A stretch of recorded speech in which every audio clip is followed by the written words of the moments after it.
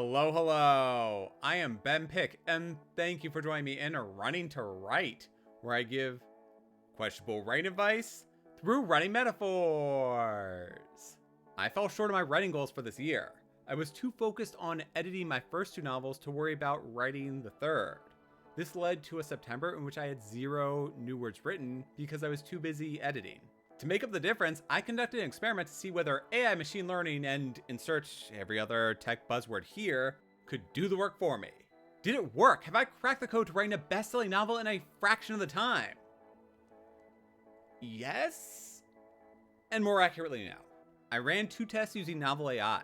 The first used the first page of my second book to learn my writing style and plot elements, and the second test used the whole first chapter. Both experiments generated by the AI differed wildly from each other, and they differed wildly from what I've written for book 2. The results varied from questionable to laughable to, worst of all, boring. Though the AI wrote well-formed and coherent sentences, there were moments where it contradicted what it had previously written. Moreover, the AI didn't contribute to the plot or expanding the characters. By that I mean what the AI wrote didn't add to the story.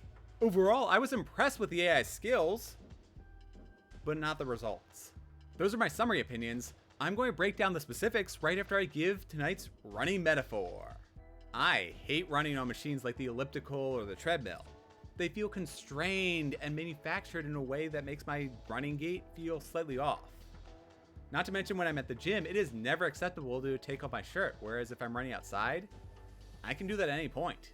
The elliptical machine also feels like I'm using my arms to make me go faster, and if I take them off, then I need to stomp the ground to keep the pedals moving. When I'm running on machines, I am constantly bored whether I'm watching TV or not. All I'm saying is that I will be one of the first to fight Skynet when the machines rise up, so long as I never have to run on a treadmill.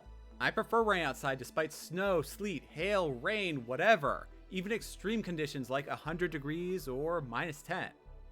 Fahrenheit, of course. For writing, there are incredible machine learning tools which can craft stories for us.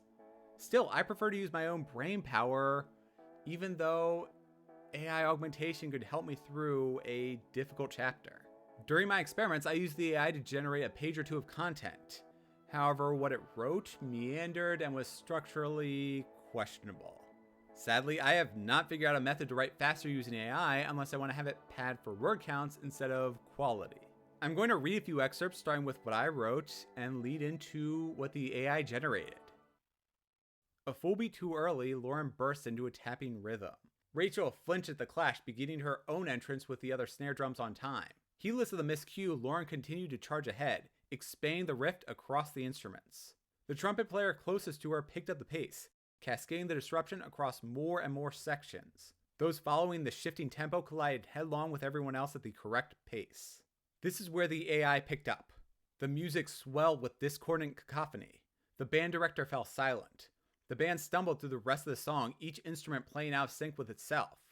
Rachel looked down, horrified by her mistake. She had known this particular song since before puberty.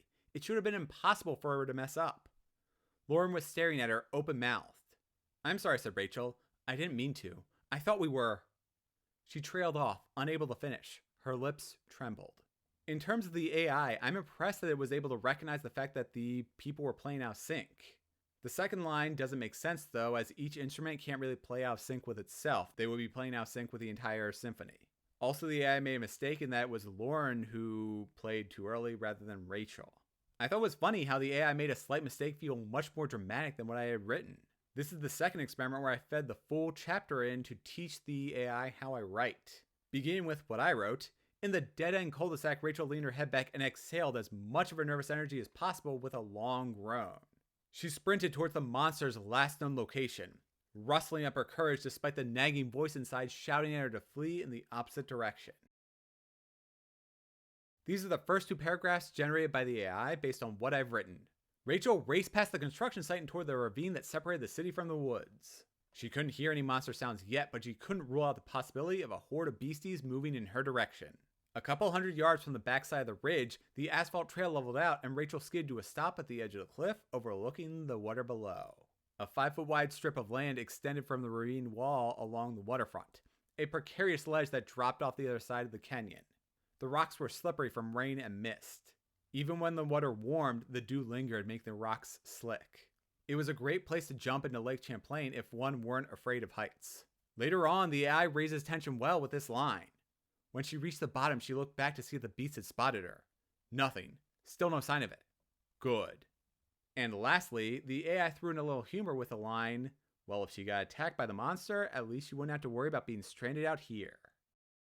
Needless to say, my book would have been much different if I used machine learning tools to write it.